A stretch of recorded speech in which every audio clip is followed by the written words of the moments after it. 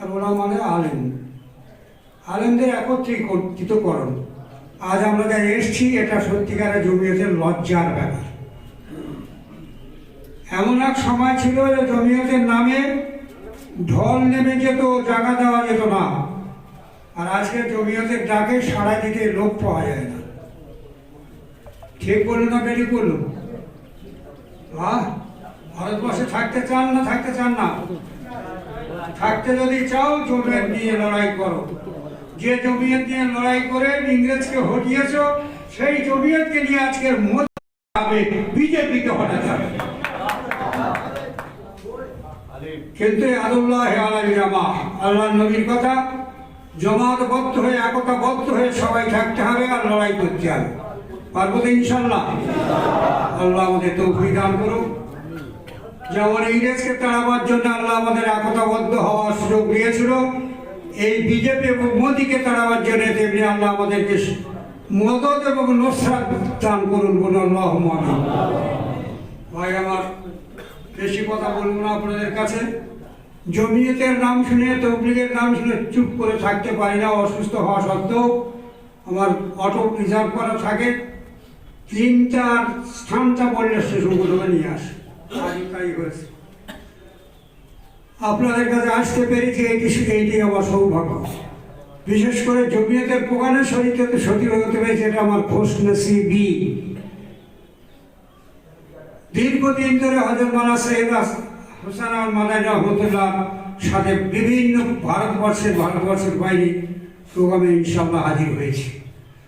আজ তাদের পাইনি, কিন্তু আপনাদের পেয়েছি, সেই জন্য বড় আনন্দিত। যে অন্তত বুজুর্গদের নকশে কদম পদচিহ্ন অনুসরণ করে আপনারা চলবার চেষ্টা করছেন বা ইচ্ছা আছে। আল্লাহ কবুল করে নিই, বলুন আল্লাহুম্মা আমিন। ভাই আমার, জমিয়ত যেটা আমাদেরকে ইংরেজকে তাড়াবার জন্য যেমন কি করেছিল, আমাদের শক্তি, সাহস এবং হিম্মত দিয়েছিল, আজ তেমনিভাবে ভারতবর্ষে যারা 70 ইস্ট ইন্ডিয়া কোম্পানির দালাল, এরা কাল স্বাধীনতার জন্য আন্দোলন করেন। এই বিজেপিরা, এরা বরঞ্চ স্বাধীনতার বিরুদ্ধে ইংরেজকে যত রকমের তথ্য এবং যত গোপন দলিল সব সাপ্লাই দিয়েছিল। সেই ইংরেজের দালাল আজকের এই ভারতবর্ষের শাসন ক্ষমতায়। বিশেষ করে তারা আজকের বড় গলা করে বলে আমরা বিজেপি। বিজেপি কখন হলো ভাই? আমরা যখন জেল ভরা আন্দোলন করছিলাম, আমি চেয়ার জেলে ছিলাম। আমাকে চেয়ার জেলে সুপারিনটেন্ডেন্ট উসমান সাহেব देखो आप लोग टीवी को हराम कहते हैं, हम टीवी आपको दिखाएंगे।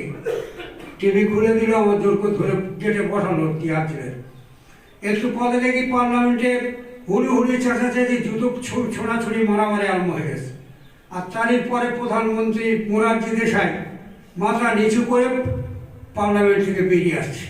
ঘোষণা হচ্ছে জনতা সরকার ভেঙে গেল, আর আজকের প্রধানমন্ত্রী আর মোরারজি দেশাই নয়। বন্ধু আমার, এই সেই মোরারজি দেশাই কয়েকটি শর্ত নিয়ে হযরত মাওলানা আমার উস্তাদ এবং আমার মুর্শিদ সৈয়দ আসাদ মাদানী নব্বরাল্লাহু মারকাদাহু পেশ করলেন। ওখানটা থেকে ফেলে দিল।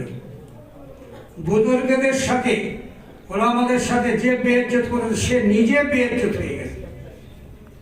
তার হাতে হাতে প্রমাণ। ওসমান সাহেব আমাকে দেখালেন, মাথা নিচু করে পার্লামেন্টে বেরিয়ে আসছে এবং জনতা পার্টি ভেঙে গেল। মোরারজি দেশাইয়ের মন্ত্রিত্ব, আজ প্রধানমন্ত্রিত্ব আজ শেষ হয়ে গেল। ঘোষণা হলো, দেখলুম চলে এলো। ওলামাদের সাথে যারা বেয়াদবি করেছে, আল্লাহ হাতে হাতে দুনিয়াতে তার ফল দেখিয়ে দিয়েছে। এই জেল ভরো আন্দোলনের ফল কি হয়েছিল? আমরা জেল ভরো আন্দোলনের জন্য আমি পঞ্চম ম্যাচে ছিলাম। প্রথম ম্যাচে ছিল জেনারেল শাহনওয়াজ সাহেব, ইংরেজের ক্যাপ্টেন ছিলেন, জেনারেল ছিলেন। আমি পঞ্চম ম্যাচে ছিলাম কারি সিদ্দিক সাহেবের সাথে। যাই হোক, যাবো বলে আমরা সব রেডি হচ্ছি, এক জায়গায় জটলা হচ্ছি। নিজামুদ্দিন মার্কাজের সামনে একটু উঁচু মতো জায়গা ছিল, সে দাঁড়িয়ে আছে। এমন সময় দেখি দৌড়ে আসছেন একটা বৃদ্ধ মানুষ, মোটা তাজা, আর ঝাপট ঝুপট করে আসছেন। এসে মাত্রে চুমু খেলেন, সালাম দিলেন। হযরত मौलाना सैयद आसाद मदानी नंबर और मांगो बोला आसाद तुमने देर कर दिया, आगे करना चाहिए था, तुम्हें जल और आंदोलन आगे करते पारते, देरी করে ফেলেছো। বলে যাও, আল্লাহ কামিয়াব করে। দোয়া দিলেন, আমরা সবাই একে একে চলে গেলাম। হযরত সৈয়দ আসাদ মাদানী নব্বর মাতগাদ বলি প্রথম ব্যাচে ছিলেন। তৃতীয় ব্যাচে ছিল জেনারেল শাহনওয়াজ শাহ। ইংরেজের ক্যাপ্টেন হয়েও ভারতের স্বাধীনতার জন্য ওরা আমাদের সঙ্গ দিয়েছিলেন এবং সমানভাবে ইস্ট ইন্ডিয়া কোম্পানির বিরুদ্ধে লড়াই করে গেছে। আল্লাহ আমাকে পঞ্চম ব্যাচে দিয়েছিল, কারি সিদ্দিক সাহেব আমাদের আমির ছিলেন। যাই হোক, 2600 আলেম আমরা কি করে জেলভর আন্দোলনে ছিলাম। প্রত্যেক দিন কোরআন শরীফ তেলাওয়াত হতো, কোরআন শরীফের তাফসীর হতো এবং সারাদিন দিনই কথাবার্তার মাঝখানে চালানো হতো। তিহার জেলটা মনে হয়েছিল একটা মার্কাজ, কি একটা মাদ্রাসা, কি একটা আল্লাহওয়ালা মজলিস। সব সময় এই দিনদারির কথা, ফরেজগারির কথা, আল্লাহওয়ালা কথা আর মোহের সারাদিন চলত। যাই হোক ভাত, আজের বড় দুঃখ পেলুম, জমিয়তের নামে মগরাহাটে এই কটা লোক। ভারতবর্ষে থাকতে গেলে জমিয়তের নাম করে থাকতে হবে, জমিয়তের সাথে বেশি থেকে বেশি জুড়ে যুক্ত হয়ে আমাদের এগিয়ে যেতে হবে। বলুন আল্লাহুম্মা আমিন। ভাই আমার, জমিয়ত আমার নাম শুনে চুপ করে থাকতে পারেনি। অবশ্য শরীর কাল থেকে ভালো নয়, শরীর খুব জনবচন, আর আমার শ্বাসকষ্টটাই বেশি হচ্ছে। 3 বার স্ট্রোক হয়ে গেছে।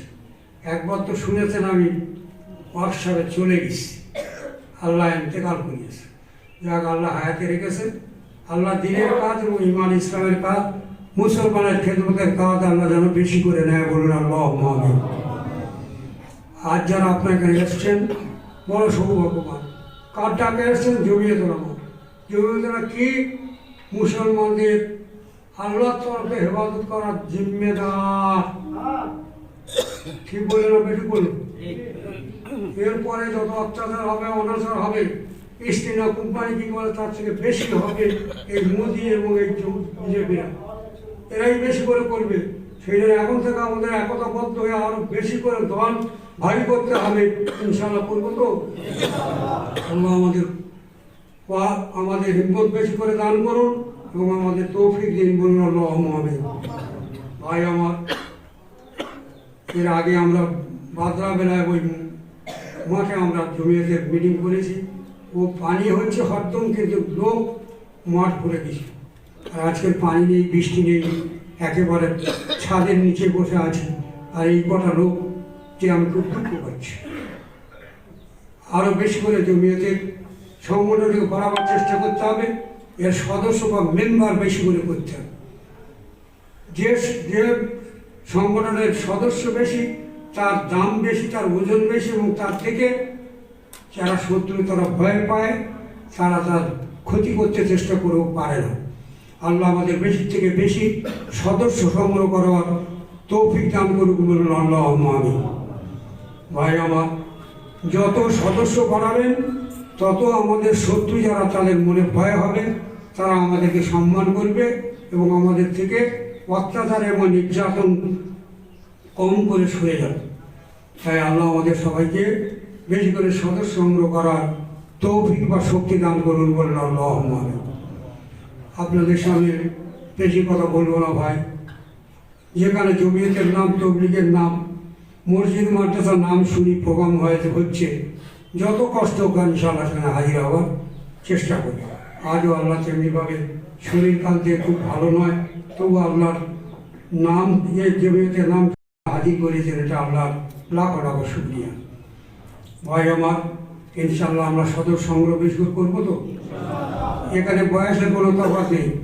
ছোট বড় বুড়ো, সুস্থ অসুস্থ, সকলকেই করবেন, সদস্য করবেন। নিজের বাড়ির ছেলে মেয়েদের, বউ ঝিদের কাউকে বাদ দেবেন না, প্রত্যেকে নিজের বাড়ির থেকে বেশি করে সদস্য সংগ্রহ করবেন। বিরোধীরা আমাদের যারা শত্রু যখন শুনবে যে জমিয়তের সদস্য সংখ্যা বেড়ে গেছে, তাদের মনে একটা ভয় বা একটা আতঙ্ক আসবে। ইনশাল্লাহ বলবো তো ভাই, আল্লাহ তো বিধান করুন। ভাই আমার ওয়াতাসিমু বিহাবলিল্লাহি জামিআন ওয়া লা তাফাররাকু। আল্লাহর সাথে সম্পর্ক যারা রাখে, তাদের কোনো বিপদ হয়, তাদের কোনো ক্ষতি হয়, ওয়াতাসিমু বিহাবলিল্লাহ, হাবলিল্লাহ মানে আল্লাহর দড়ি। আল্লাহর দড়ি কোনটা? কোরআন শরীফ। এই কোরআন শরীফ পড়ুন, কোরআন শরীফ পড়ান, মসজিদ মাদ্রাসার দক্ষতার সাথে চালান এবং মসজিদ মাদ্রাসার খেদমত করুন। আল্লাহ আমিও নিয়ত করি যতদিন আল্লাহ হায়াতে রেখেছে, যেখানে মসজিদ মাদ্রাসার প্রোগ্রাম, তবলিগের প্রোগ্রাম, জমিয়তের প্রোগ্রাম হবে ইনশাআল্লাহ, হাজির হবো ইনশাআল্লাহ। আজও তাই শরীর কাল থেকে খুব ভালো যাচ্ছে না, তবুও শুনে চুপ করে থাকতে পারেনি। এবং আমার ছোট ছেলে মাওলানা জহুর রহমান রহিমি, সে অটোকে বলে রেখেছিল, অটো ঠিক টাইমে এটা হাজির হয়ে আমাকে তুলে নিয়ে চলে এসছে। এবং এখান থেকে আল্লাহ প্রোগ্রাম শেষ হলে ইনশাআল্লাহ দোয়ার পরেই চলে যাব।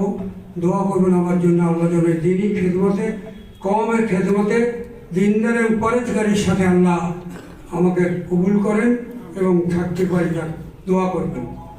ভাই আমার, প্রত্যেককে আমি আজকে সৌভাগ্যবান বলবো যে জমিয়তের প্রোগ্রামে, আগামী দিনের প্রোগ্রামে, যেখানে এত বড় বড় আল্লাহর ওলিরা 18 বছর মদিনা শরীফে, বুখারী শরীফে দর্স দিয়েছেন, সবক পড়িয়েছেন, সেই সৈয়দ হোসেন আহমদ মাদানী রহমতুল্লাহ, সেই সংগঠনের ডাকে আজকে আপনারা হাজির হতে পেরেছেন। প্রত্যেকে সুযোগ নিতে পারে না, আল্লাহ যার সুযোগ দেয়, তৌফিক দেয়, সে হতে পারে। যাদের আল্লাহ সুযোগ দিয়েছেন তারা এখানে হাজির হয়েছেন। যাক, আল্লাহ আমাদের প্রত্যেকেই কবুল করলে বলুন আমিন।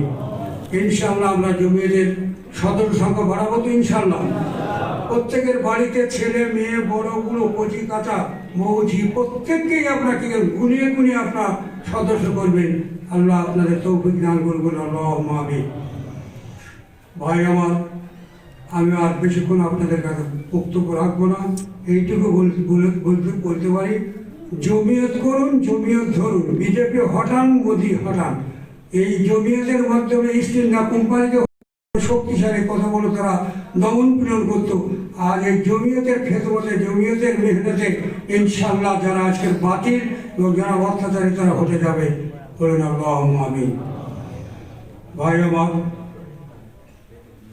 আমি তো আশা করেছিলাম ওই মাঠে বৃষ্টিবেলা কত লোক হয়েছিল, মাঠ ভরে গেছিল। আজকে এই অবস্থা থেকে আমার বড় মন খারাপ লাগছে। জমিয়তের প্রোগ্রাম ছোট হয় না, বড় হয়, এই কটা নিয়ে প্রোগ্রাম হয় না। আল্লাহ আরও বেশি করে আপনাদের কর্মী এবং জমিয়তের খেদমতের জন্য আল্লাহ নিয়োজিত করুন। আল্লাহ আপনাদের তৌফিক দান করুন, বলল আল্লাহ আমিন। ভাই আমার, জমিয়তকে চিনুন, জমিয়তকে ধরুন, জমিয়ত নিয়ে চলুন, ইনশাআল্লাহ কামিয়াবি আল্লাহর তরফ আসবে। ইয়াদুল্লাহি আলাল জামাত, আল্লাহর সাহায্য, আল্লাহর মদদ, জমাতবদ্ধ হয়ে, একতাবদ্ধ হয়ে, ঐক্যবদ্ধ হয়ে যে চলেন, আল্লাহর সাহায্য আসবে। আর আল্লাহর সাহায্য যেখানে আসবে, সেখানে কোনো বেদিনী এবং কোনো ফেতনাবাজদের সাহায্য বা যত চেষ্টা করুক, তারা পারবে না এগিয়ে যেতে। তারা ধ্বংস হবে, তারা বরবাদ হবে, তারা পরাস্ত হবে ইনশাআল্লাহ। আল্লাহ আমাদেরকে জমিয়ত করবার জন্যে, জমিয়তে তাকে সাড়া দেওয়ার জন্য বেশি থেকে বেশি আল্লাহ আমাদেরকে কবুল করলে বলুন আল্লাহ আমিন। ওয়া আখিরু দাওয়ানা আনিল হামদুলিল্লাহি রাব্বিল আলামিন। আসসালামু আলাইকুম।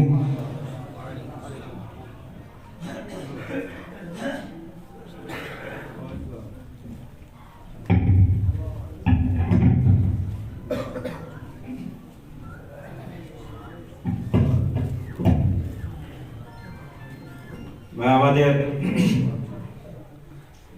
যেহেতু একটা কর্মী সভা, কর্মীদের উদ্দেশ্যেই মূল দিক দিশা আমরা পাব। মৌলানা আব্দুল সালাম রহিমি সাহেবের ব্যক্তিত্ব তো সকলের কাছে পরিচিত, যিনি শেখুল ইসলাম হুসাইন আহমদ মাদানী, মৌলানা আসাদ মাদানী, মৌলানা তাহির সাহেব, এদের সঙ্গেই যিনি জমিয়ত করেছেন। আজকে আমরা যে বাংলার মাটিতে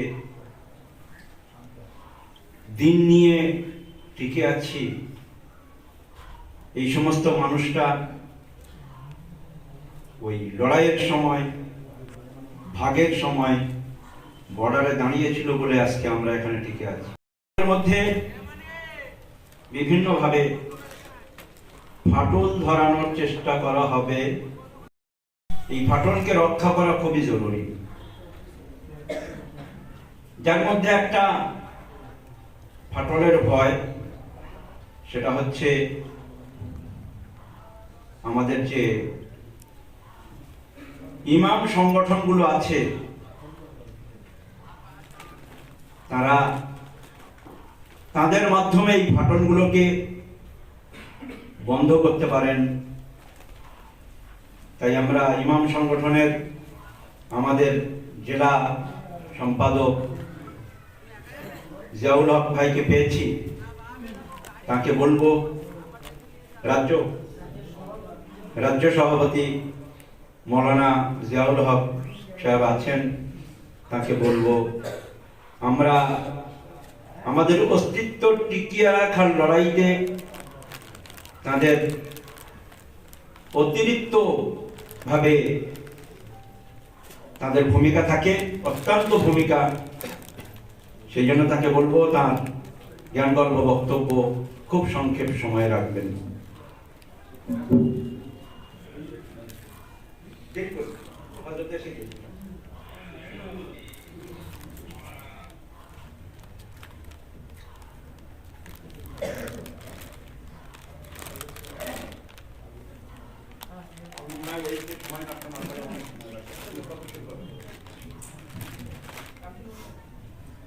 نحمده ونصلي على رسوله الكريم أما بعد فقد قال الله تبارك وتعالى في كلامه المجيد وفي الفرقان الحميد فأعوذ بالله من الشيطان الرجيم بسم الله الرحمن الرحيم واعتصموا بحبل الله جميعا ولا تفرقوا إلى آخر الآيات صدق الله العظيم।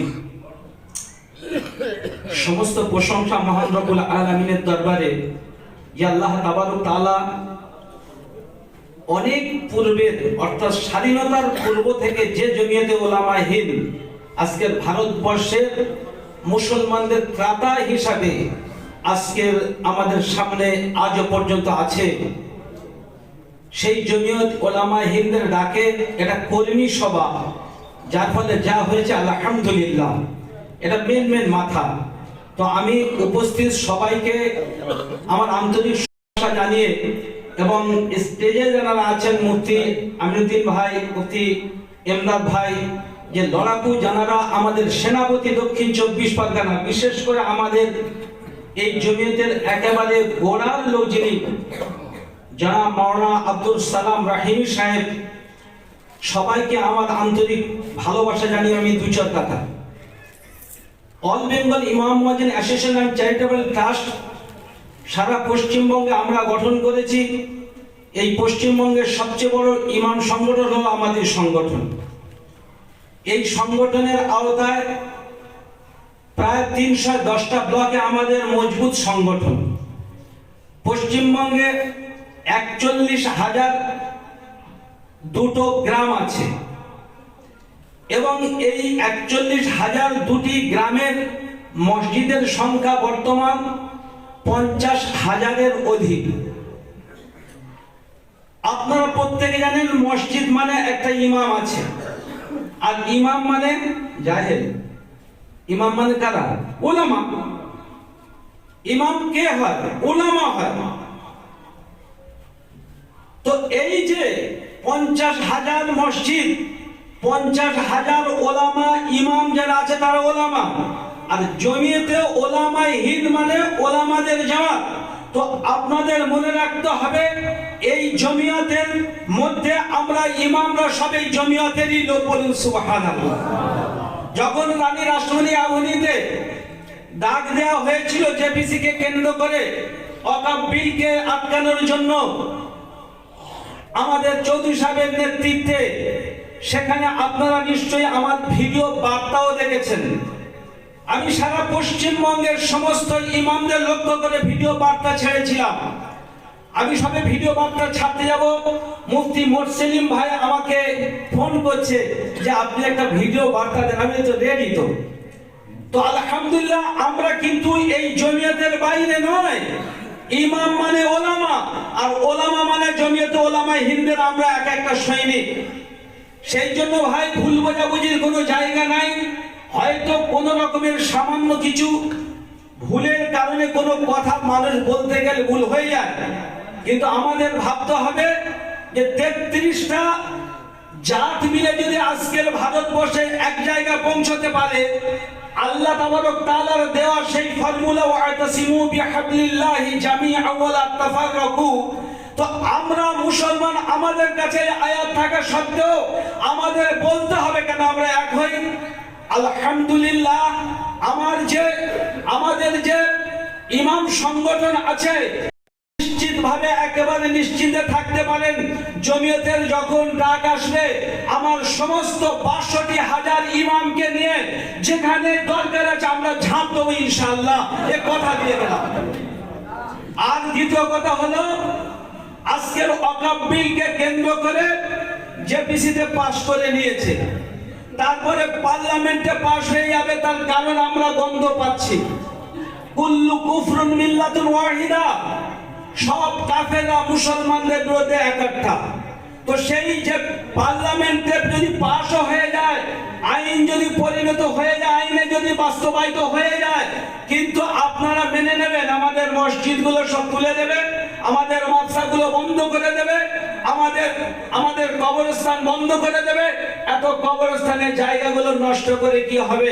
তো কবর কোথায় দেবো? কেন এত লোকে পুড়িয়ে দিচ্ছে, সেরকম তো বললে হয়ে যাবে। এটা আপনারা মেনে নেবেন? তো আজকে আমাদের ওয়াদা করতে হবে, আমরা যে সংগঠনের মধ্যে থাকি না কেন, আজকে যদি আমাদের মসজিদের উপরে আঘাত আসে, আজকে যদি আমাদের মাদ্রাসার উপরে আঘাত আসে, তাতে ইমামের ক্ষতি আছে, তাতে জমিয়তে ওলামার ক্ষতি আছে, যে সংগঠন হোক না কেন সবার ক্ষতি আছে। এই জন্য আমি আমার ইমাম সংগঠনকে আমি বলে দিয়েছি, যখন এই জেপিসির এই পার্লামেন্টেও যদি পাস হয়ে যায়, ওসব আইন আমরা তখন মানব না। এই আইনি পদ্ধতিতে, গণতান্ত্রিক পদ্ধতিতে আমরা পশ্চিমবঙ্গ তথা সারা ভারতবর্ষের সমস্ত রাস্তাগুলো আমরা লোকালয়, সমস্ত রাস্তাগুলো আমরা জনগণ দিয়ে এই জমিয়তে ওলামার নেতৃত্বে একেবারে ভরপুর করে দেবো।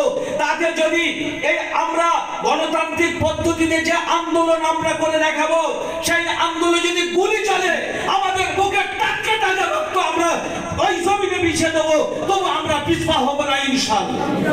আপনাদের কথা দিলাম, আমার এই অল বেঙ্গল ইমাম মুয়াজ্জিন অ্যাসোসিয়েশন প্রত্যেকটা মসজিদের ইমাম তারা আজকের আমাদের সাথে আছে। আপনারা জানেন দক্ষিণ ২৪ পরগনা জেলার যে ইমাম সংগঠন ছিল ক্ষুদ্র ক্ষুদ্র, সবাই আমাদের সাথে এসে গেছে আলহামদুলিল্লাহ। কিছু সামান্য থাকলেও কিন্তু ভুল বোঝাবুঝি নয়, ওরা সবাই সময়ে এক জায়গায় আসবে ইনশাআল্লাহ। কোনো রকমের কোনো ভুল বোঝাবুঝি নেই, কোনো রকমের কোনো কিচ্ছু নেই। আর এটা সব আমাদেরই স্বার্থ। জমিয়তে ওলামায়ে ইমামরা তারাও ওলামা, তাদের স্বার্থ।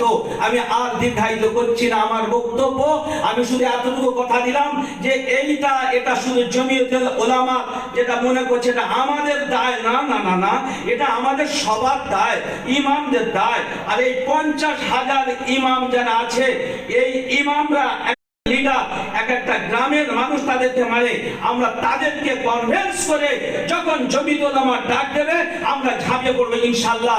এই কথা বলে আমি আমার বক্তব্য শেষ করলাম। ওয়া আখিরু দাওয়ানা আনিল হামদুলিল্লাহি রাব্বিল আলামিন। আলহামদুলিল্লাহ, মাওলানা জিয়াউল হক সাহেবের পরে আমাদের হযরত এসে গিয়েছেন, বহু পার হচ্ছেন। যেমন খুব কম সময়ের মধ্যে কলস ৯ ব্লকের সহসভাপতি মাওলানা সাইফুল্লাহ সাহেবকে বলবো ২-৪ মিনিটের মধ্যে কথা।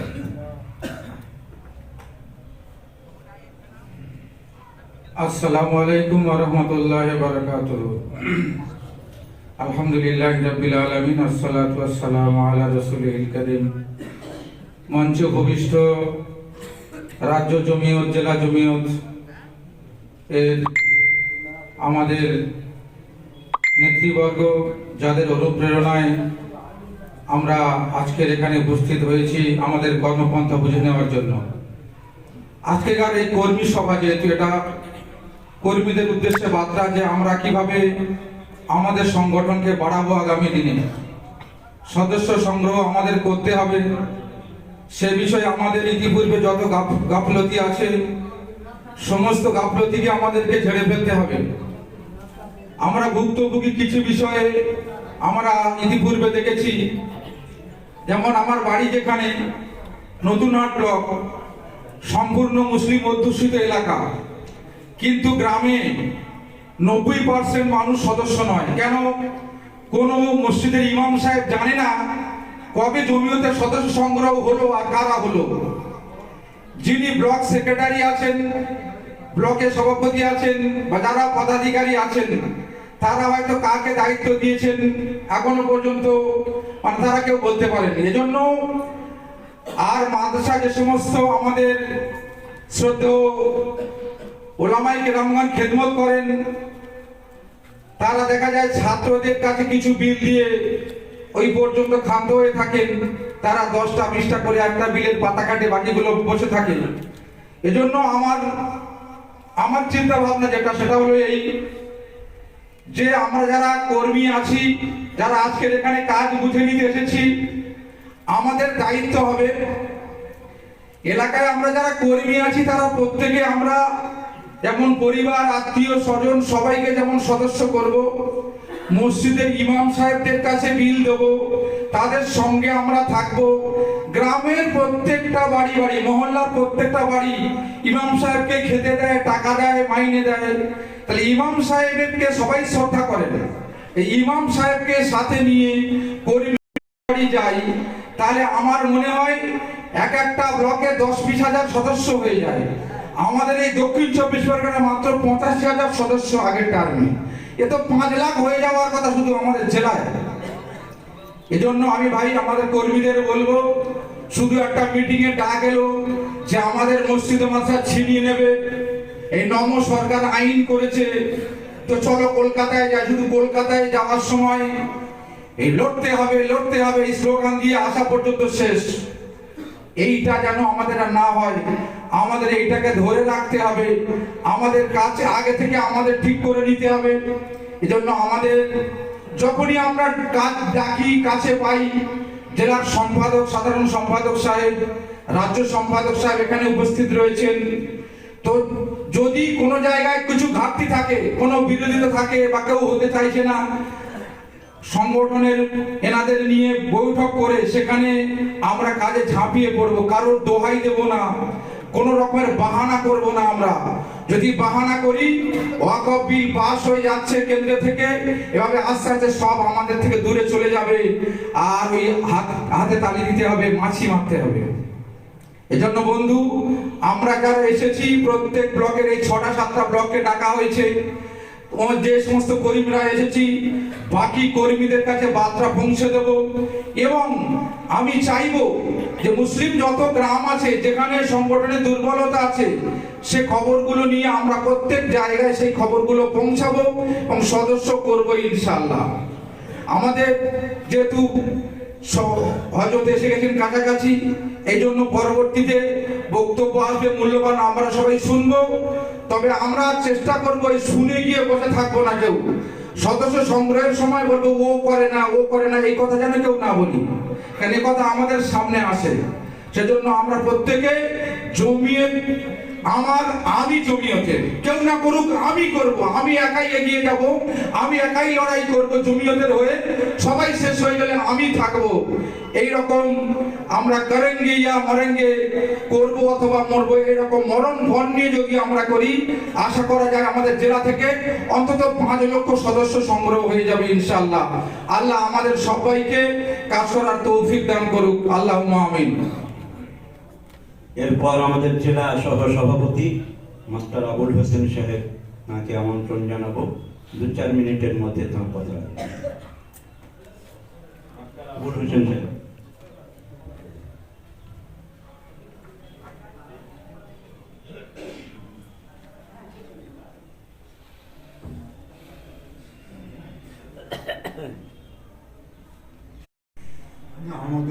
নুসাল্লি আলা রাসূলিল কারীম আম্মা বাদ। উপস্থিত সম্মানীয় সভাপতি ও জমিয়ত প্রেমিক যে সমস্ত জনমণ্ডলী আমরা এখানে আছি, সকলে উপলব্ধি করলাম যে জমিয়তে উলামায়ে হিন্দ এই কত গুরুত্বপূর্ণ সংগঠন। দীর্ঘ রাত্রির অন্ধকার যখন যাত্রীর পথে নিরাশার গাঢ় আঁধারে ছেয়ে ফেলে, তখন আকাশের ললাটে একটি ছোট্ট শুকতারা তার ক্ষীণ আলোকে সেই প্রতীকের কল্পনায় আশার করুণ তরুণ ছবি এনে দেয় না? ঠিক তেমনিভাবে আজ জমিয়তে উলামায়ে হিন্দ পশ্চিমবঙ্গ তথা ভারতবর্ষের বুকে জাজ্বল্যমান প্রতীয়মান। আমরা কেন এর থেকে উপকৃত ও লাভবান হতে পারবো না? যে কথাগুলো ইতিপূর্বে আমরা শুনলাম, এই কথাগুলো আমাদের শোনার জন্য নয়, এগুলো আমাদের করার জন্যে। আর একটা বিষয় হলো এই যে জমিয়তে উলামায়ে হিন্দ আমরা যারা করছি, করার প্রচেষ্টা নিয়ে চলেছি, এর ভক্তি এবং শ্রদ্ধা আমাদের অন্তরে রেখে এই কাজগুলো করতে হবে। আল্লাহ রাব্বুল আলামিন বড় দয়া করে আমাদের এই জমিয়তে উলামায়ে হিন্দ সংগঠনের খাদেম করে রেখেছেন। আমরা যারা জমিয়তে উলামায়ে হিন্দের খাদেম, তারা আমরা সর্বত্র চেষ্টা করব আমরা আমাদের জান প্রাণ মাল দিয়ে এই সংগঠনকে টিকিয়ে রাখতে। এই সংগঠনের সভাকর্মী যারা আমরা আছি, আমাদের কাছে অনেক বার্তা দিয়েছেন। বিশেষ করে জমিয়ত উলামায়ে হিন্দ সংগঠনটা মজবুত করতে গেলে এর মজবুতির একটা দিক বলেছেন যে সদস্যকরণ। তবে আমার একটা অনুরোধ, এই সদস্যকরণের স্বচ্ছলতা যেন আমরা বজায় রাখি। আমার পকেটে 20টা টাকা আছে, দুটো পাতা কেটে নিলাম, এ নয়। আমাদের উপর থেকে যেমন কেন্দ্র, আমাদের যেমন রাজ্য, আমাদের যেমন ব্লক থেকে যেমন অঞ্চল, এই অঞ্চলগুলোর মধ্যে যে সমস্ত গ্রামের মধ্যে যে সমস্ত ঘরগুলো আছে, সব ঘরগুলোতে আমাদের সাড়া জাগিয়ে এই সদস্যকরণ করা একান্ত প্রয়োজন। তাহলে জমিয়তে উলামায়ে হিন্দ সম্পর্কে তারা জ্ঞাত হবেন, আর সদস্য করতে তাদের খুব সহজ হবে। আমরা মেহেরবানি করে উলামা হযরতগণ যা বলেন আমরা সেইগুলো শুনি, আমরা সেই মোতাবেক কাজ করি। ইনশাআল্লাহ আমাদের কাজগুলো খুব ত্বরান্বিত হলে এই জমিয়তে উলামায়ে হিন্দ খুব মজবুত হবে ইনশাআল্লাহ। আল্লাহ তাআলা আমাদের সহি বুঝ দান করুন, সহি আমল করার তৌফিক দান করুন। আলহামদুলিল্লাহ, আমরা প্রোগ্রামের যেহেতু একেবারে শেষ মুহূর্তে এসে গিয়েছি, হযরত এসে যাচ্ছেন, আমাদের কাছে উপস্থিত আছেন পীরে কামেল শাইখুল হাদিস হযরত মৌলানা মুফতি লিয়াকত আলী সাহেব। তাকে বলবো জমিয়তের উপকারিতার উপরে 2-4 কথা পেশ করতে। হযরত মৌলানা মুফতি লিয়াকত আলী সাহেব।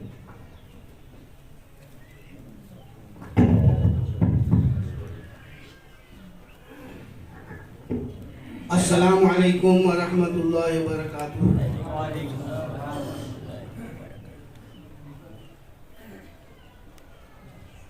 बिस्मिल्लाहिर्रहमानिर्रहीम, अल्हम्दुलिल्लाहि व कफ़ा व सलामुन अला इबादिहिल्लज़ीना इस्तफ़ा, अम्मा बाद। अऊज़ु बिल्लाहि मिनश शैतानिर रजीम, बिस्मिल्लाहिर्रहमानिर्रहीम। वलतजिदन्ना अशद्दन मिन्नास लिल्लज़ीना आमनुल यहूद वल्लज़ीना अशरकू।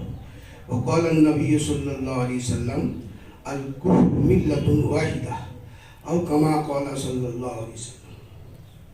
উপস্থিত শ্রদ্ধেয় সভাপতি সাহেব এবং সম্মানীয় ওলামায়ে কিরাম,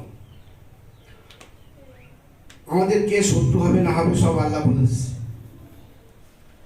কারা কারা আমাদের শত্রু সব আল্লাহ বলে দিচ্ছে। আর বাকি যেটুকু বাকি ছিল আল্লাহ রসুল সাল্লাল্লাহু আলাইহি ওয়াসাল্লামের মাধ্যমে আল্লাহ রসুল সাল্লাল্লাহু আলাইহি ওয়াসাল্লাম হাদিসে সব কিছু বলে দিয়েছে। কোনো জিনিস আমাদের কারোর কাছে ধার করতে হবে না, চিন্তা ভাবনা করতে হবে না। তাই সেই হিসেবে আমরা তৈরি হয়ে যাই।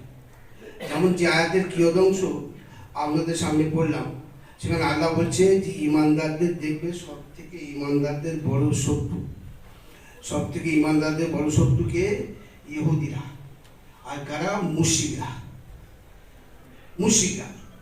আর ইমানদারদের মৃত্যু কিন্তু শর্ত একটা রাখা হয়েছে, যদি তাদের ধর্মের উপরে তারা থেকে থাকে তবে। যদি এই যুগে এই দলে ঢুকে যায় সেও শত্রু।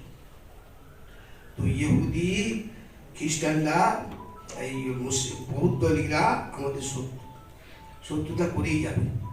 ইসলামের জন্মলগ্ন থেকে উষালগ্ন থেকে তারা করেই চলেছে আর করেই যাবে। আর এটি আমাদের উন্নতি।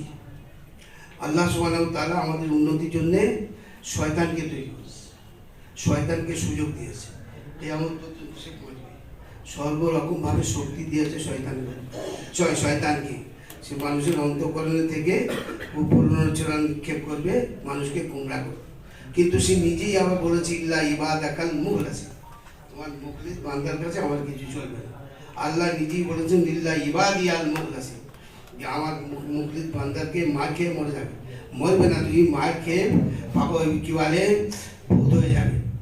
তো আমাদের শত্রু কারা তা আমরা সব জানি। এইবার এই হিসাবে শত্রুদের নিবারণ করতে গেলে আর করতে গেলে সেও শরীয়তে নির্দিষ্ট আছে। কিতাবুল মাগাজি আছে, কিতাবুল জিহাদ আছে। কিতাবুল মাগাজি সবসময় যুদ্ধ করা চলবে না, সে যুদ্ধের একটা সময় আছে। আমিরুল মুমিনিন যখন যুদ্ধের নির্দেশ দেবে তার সেই সময় চলবে। আর তার আগে কি করতে হবে? আমাদেরকে তৈরি হতে হবে। তৈরি আমাদের ঈমান, আমল আর আখলাক আমাদের তৈরি হতে হবে। যে আমরা আমাদের ঈমানটা যেন ঠিক থাকে। কারণ আমাদের আল্লাহ পাক বলেছেন ওয়ান্তুমুল আলাউনা ইন কুনতুম মুমিনিন, যে তোমরাই সকলের উপরে থাকবে যদি তোমরা ঈমানদার হও। আজ আমাদের যাচাই করতে হবে যে ঈমান আমার কতদূর আছে না আছে, কত কি। ঈমান হলো একটা কুল্লি মুশাক্কিল। ঈমান একটা কুল্লি মুশাক্কিল, তার বিভিন্ন স্তর আছে। ওয়ামা ইয়াকবালুল আউয়ালিয়াতা ওয়াল আওলাবিয়াতা ওয়াল আশাদিয়াতা ওয়াল আসিয়াদিয়াতা। হ্যাঁ, এই হলো কুল্লি মুশাক্কিল, বিভিন্ন স্তর আছে। আমার ঈমানটা কোন স্তরে? ইমাম বুখারী রাদিয়াল্লাহু তাআলা আনহু বুখারী শরীফের মধ্যে ইবনে আবি মুলাইকার কথা নকল করেছেন। ওয়াকাল ইবনে আবি মুলাইকাতা আদরাকতু সালাসিনা মিনাস সাহাবা কুল্লুহুম ইয়াখাফু নিফাকা আলা নাফসি আও কামা ক্বালা। হ্যাঁ, যে আমি 30 জন সাহাবাকে দেখেছি যারা প্রত্যেকেই মনে করতেন যে আমি মুনাফিক হয়ে গেছি নাকি, আমি মুনাফিক হয়ে গেছি নাকি। বুখারী শরীফের হাদিসে আল্লাহ রাসূল সাল্লাল্লাহু আলাইহি ওয়াসাল্লামের হযরতে কি বলে হানজালা রাদিয়াল্লাহু তাআলা যাচ্ছেন, খুব চিন্তিত হয়ে একদিকে করে যাচ্ছেন। তো হযরতে আবু বকর সিদ্দিক দেখা আছে। আবু বকর সিদ্দিক রাদিয়াল্লাহু তাআলা, হানজালা কোথায় যাচ্ছ তুমি এরকম ভাবে? চিন্তিত মনে আর একদম এক ধ্যানে কোথায় চলছ? তো হানজালা রাদিয়াল্লাহু তাআলা বলেন যে না পাকা হানজালা তো মুনাফিক হয়ে গেছে, হানজালা মুনাফিক হয়ে গেছে।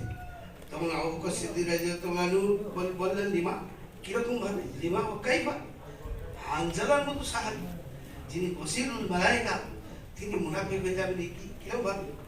তখন হানজালা রাদিয়াল্লাহু তাআলা বললেন যে আমরা যখন আল্লাহ রাসূল সাল্লাল্লাহু আলাইহি ওয়াসাল্লামের খিদমতে থাকি তখন আমাদের অবস্থা যেরকম হয়, অন্তরের অবস্থা যেন সমস্ত কিছু আমাদের সম্মুখে, জান্নাত আমাদের সামনে, জাহান্নাম আমাদের সামনে, আর আল্লাহ রাসূল সাল্লাল্লাহু আলাইহি ওয়াসাল্লাম আমাদের অন্তরে একদম খুশি আছেন এবং তার প্রতি আমাদের উৎসাহ আরো বেড়ে যাচ্ছে। তো কিন্তু যখন আমরা ওখান থেকে ঘরে থেকে আমরা বাড়িতে আসি, এসে আমাদের কৃষিকার্যে বা যে ব্যবসায় লিপ্ত হয়ে যায় এবং আমরা সন্তান সন্ততিদের খবরে ভুলে যাই, তো আমাদের দেখি আমরা সমীক্ষা করি যে ওই অবস্থাটা যে অবস্থায় আমাদের ছিল, যে অবস্থা রসুলের পাক কাছে থাকা অবস্থায় আমাদের এখন তো সে অবস্থা নেই। আর এই তো নেপাক তো এর বলে, কপটতা তো এইটি এক সময় আমার, হ্যাঁ, যখন যেরকম হয় অবস্থা সেরকম প্রকাশ করে। তো এই তো হযরত আবু বকর সিদ্দিক রাদিয়াল্লাহু তাআলা, যিনি সারা জগতের মধ্যে সমস্ত নবীদের পরে যার মর্তবা, আবু বকর সিদ্দিক রাদিয়াল্লাহু তাআলা। আবু বকর সিদ্দিক রাদিয়াল্লাহু তাআলার নাম আব্দুল্লাহ। তো আবু বকর সিদ্দিক রাদিয়াল্লাহু তখন বললেন, হানজালা এরকম তো আমারও হয়, এরকম তো আমারও হয়, চলে যাই আমি যাব। হ্যাঁ, এইবার রাসূলুল্লাহ সাল্লাল্লাহু আলাইহি ওয়াসাল্লাম কাছে গেলেন, এর হানজালা রাদিয়াল্লাহু তাআলা বললেন যে হানজালা তো মুনাফিক হয়ে গেছে ইয়া রাসূলুল্লাহ। তো আল্লাহ রাসূল সাল্লাল্লাহু আলাইহি ওয়াসাল্লাম কি করে হানজালা মুনাফিক হয়ে গেল? বললেন এই অবস্থা। তো রাসূলুল্লাহ সাল্লাল্লাহু আলাইহি ওয়াসাল্লাম বললেন যে এরকম হয়, ওয়ালাকিন সাতান সাতান ইয়া হানজালা, যে এরকম কোন সময় এরকম হয়। আর এবার বললেন যদি আমার কাছে থাকা অবস্থায় তোমার মনের অবস্থা যেমন হতো, যদি এর পরে যদি এরকম স্থায়ী থাকতো, তাহলে খোদার কসম ফেরেশতারা বলিতে তোমরা যেখানে যেতে প্রকাশ্যে তোমাদের সঙ্গে মুসাফা করবে। বল সুবহানাল্লাহ। হ্যাঁ, তো আমাদের ঈমান দেখতে হবে, ঈমানের কোনো শেষ নেই। কেন ঈমান আর এর শেষ হলো মুমান বি, আর মুমান বিটা অসীম। হ্যাঁ, মুমান বিটা অসীম। যখন মুমান বি অসীম হবে, ঈমানের কোনো শেষ হবে না, শেষ। সেই জন্য এমন একটা স্তর নেই যেখানে আমরা খাদ্য আমাদের ঈমানটা আল্লাহ ঈমান করতে গেলে যে যার মতো বললে হবে না। আল্লাহ কি বলেছে? আল্লাহ বলেছে ওয়াল্লাযীনা আমানু আশাদ্দু হুব্বান লিল্লাহ, যে ঈমানদার যাদের ঈমান রয়েছে তাদের ঈমান কি স্তরে কোন জায়গায় পৌঁছে গেছে, সেটা হলো কি যার মহব্বত আল্লাহর সঙ্গে বেশি লাগে। একটু একটু চেপে চেপে আসি, হযরত এসে গিয়েছেন, একটু আমরা চেপে চেপে আসি, পিছনে জায়গা হচ্ছে না। পিছনে জায়গা হচ্ছে না। ঈমানদারদের চিহ্ন আল্লাহই বলছে যে আল্লাহর সঙ্গে ভালোবাসা প্রেম খুব বেশি হবে। আল্লাযীনা আমানু আশাদ্দু হুব্বান লিল্লাহ। এবার আমাদের চিন্তা করতে হবে যে আমরা ঈমানের কোন স্তরে আছি, আর ঈমানের জন্য আমাদের মেহনত করে যেতে হবে। যে পথে কোন পথে মেহনত করতে হবে, হাদিস শরীফের মধ্যে, কোরআনের পাকের মধ্যে আল্লাহ আর হাদিস শরীফের মধ্যে আল্লাহ রাসূল সব বলে গেছেন। এখন একটা আওয়াজ শোনা যাচ্ছে, ঈমান কিসে আসবে না, জিকিরে আসবে না, ঘোরা কমায় আসবে না, ইত্যাদি ইত্যাদি। ঈমান আর জগতে আমাদের ঢোকা দিতে হবে না। কি বলছি সেটা আপনারা ঢোকা দিতে হবে। সেই জন্যে আমাদের ঈমান থেকে আমাদের মজবুত হওয়ার বড় দলিল হলো, যার সাথে আমরা সব বুঝতে পারবো যে আল্লাহ বিরোধিতা আমরা করবো না, কাজ আমরা করবো না।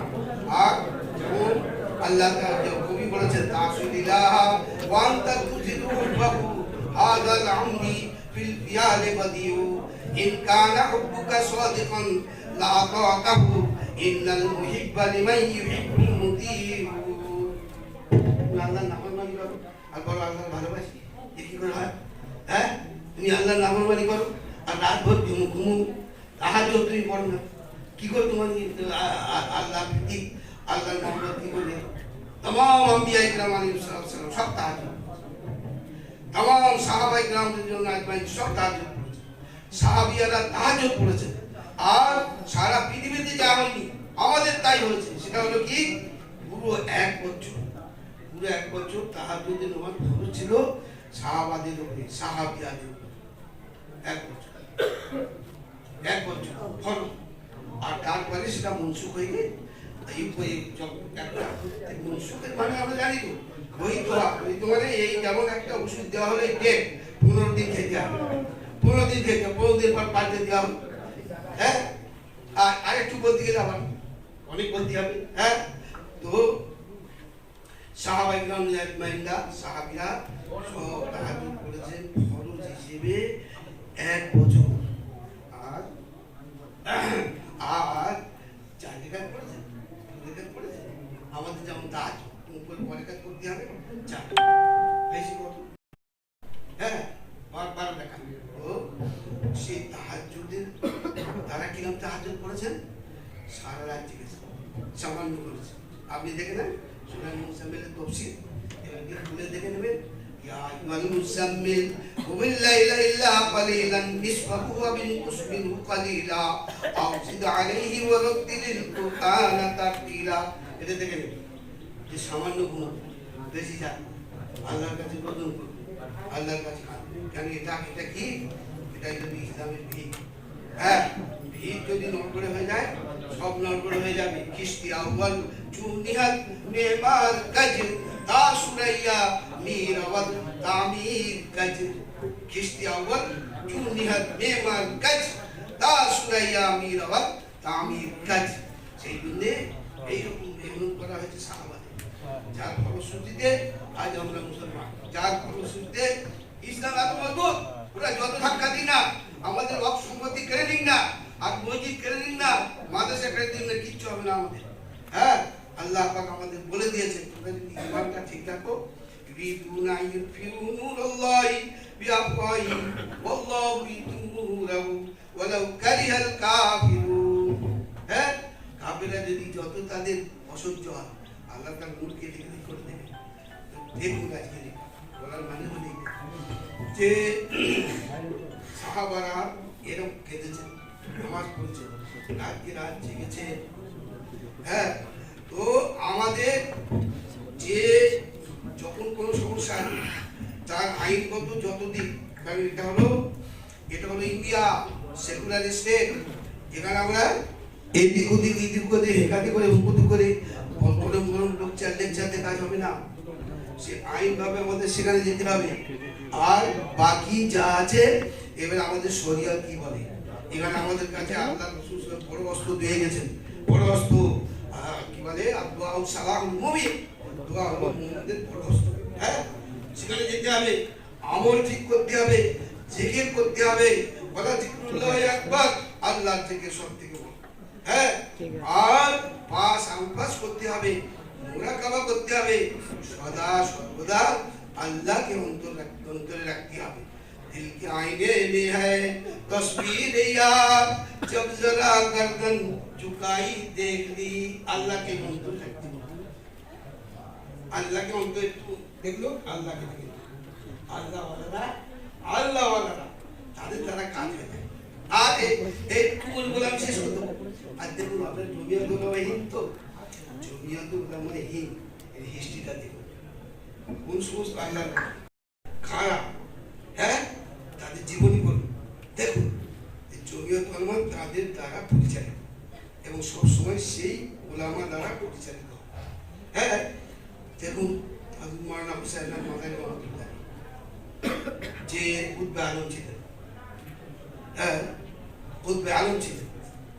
হ্যাঁ, বললে আমি বন্ধ করবো। কুতবে আলম ছিলেন। আর একটা কথা বলে শোনে, যখন থেকে করতেন না বুঝলেন, সব অঙ্গ প্রত্যঙ্গ কেটে কেটে কেটে আল্লাহ আল্লাহ আল্লাহ আল্লাহ আল্লাহ আল্লাহ আল্লাহ সব পান, আল্লাহ আল্লাহ সব পান। এবারে কোনো সময় ওনার নিকট এক মুড়ি দেখে ফেলার পরে মৌলানা হুসাইনের কিন্তু আমি যতদিন বেঁচে আছি কারো কাজ বলবি না, আমি যতদিন বেঁচে আছি কারো কাজ বলবি না। হ্যাঁ, এইবার কথা হলো শেখুল হাদিস হযরত মাওলানা জাকারিয়া সাহেব কি বলেন যে এটা শুধু কুতবে আলম হুসাইন মাদানী হয়নি, আরো অনেক আল্লাহর ওলিদের হয়েছে। হ্যাঁ, আর এটাকে বলে সুলতানুল আসকার, সুলতানুল আসকার। তো শেখুল হাদিস জাকারিয়া রহমাতুল্লাহ বলেন যে অঙ্গ প্রত্যঙ্গ কোন সময় আল্লাহ আল্লাহ করে লাফায়, হ্যাঁ, সব ছিন্ন ভিন্ন হয়ে যাবে, আল্লাহ আল্লাহ করে লাফায়। শেখুল হাদিস রহমাতুল্লাহ বলেন জিকিরের নূর যখন কল্প থেকে, অন্তর থেকে অঙ্গ প্রত্যঙ্গে ছড়িয়ে পড়ে, তখন অঙ্গ প্রত্যঙ্গ টুকরো টুকরো হয়ে লাফাতে লাগবে আল্লাহ আল্লাহ আল্লাহ। আর এইটার নাম হলো সুলতানুল আজকার, এইটার নাম হলো সুলতানুল আজকার। হ্যাঁ, কিরকম বলুন? হ্যাঁ, তো এর এদের দ্বারা পরিচালিত হয়ে আসছে। সেই জন্যে জমিয়ত উলামা খুবই দরকার, খুবই দরকার। এবং তার সঙ্গে সঙ্গে আমাদের তৈরি হতে হবে, দোয়াওয়ালা হতে হবে। হ্যাঁ, যে দোয়াওয়ালা আল্লাহর কাছে কাঁদতে হবে। প্রত্যেকের দৈনিক অন্তত 15 থেকে 20 মিনিট আল্লাহর কাছে কাঁদা উচিত, যে কোনো সময় মনটা ভালো লাগে। আর আল্লাহ সঙ্গে আমাদের সম্পর্ক যা আছে সে বলার মতো নয়। তাহলে এতে ভাই কাজ হবে না, এতে ভাই কাজ হবে না। উম্মত শেষ হবে না, উম্মতকে মেরে শেষ করতে পারবে না কেউ। আল্লাহ রসূল দোয়া করেছেন দিন দিয়ে, তার মধ্যে একটা দোয়া হয়েছিল এই যে আমার উম্মত যত পাপী হোক না কেন, যত সে অন্যায় পথে থাক না কেন, ইতিপূর্বের উম্মত যে অন্যায় সেরকম করেছে তারা নিপাত হয়েছে, ধ্বংস হয়েছে। আমার আল্লাহ আমার উম্মত যেন নিপাত ধ্বংস না হয়, হবে না। বাকি যা কিছু হচ্ছে এ যা হচ্ছে এ আমাদের কি বলে যা নাম কারো বলবেন যা হচ্ছে, যেটা হচ্ছে ছাড়ে। যেমন বললেন বইয়ে বিবাহ দৃষ্টি করতে হবে, করে ছাড়ে। বিবাহ দৃষ্টি মানে এখন বাধ্যতামূলক সরকারি যে কোনো জায়গায় বিবাহটা প্রমাণিত হওয়ার জন্য শর্ত হলো দৃষ্টি হতে হবে, দৃষ্টি হতে হবে। বিবাহ দৃষ্টি সেটা হয় না। আবার 3 তালাক, এই 3 তালাক চলবে। আর এখানে আমাদের দোষ বেশি, কারণ আমাদের ভাইরা যারা আহলে কিবলা, যারা 4 ইমামের মধ্যে না হলেও আহলে কিবলা, তারা হানাফি নয়, শাফি নয়, মালিকি নয়, হাম্বলি নয়, তবে আহলে কিবলা। তাদের সহযোগিতায় কি করেছে, বিল পাস করেছে যে 3 তালাক বলে কিছু নেই,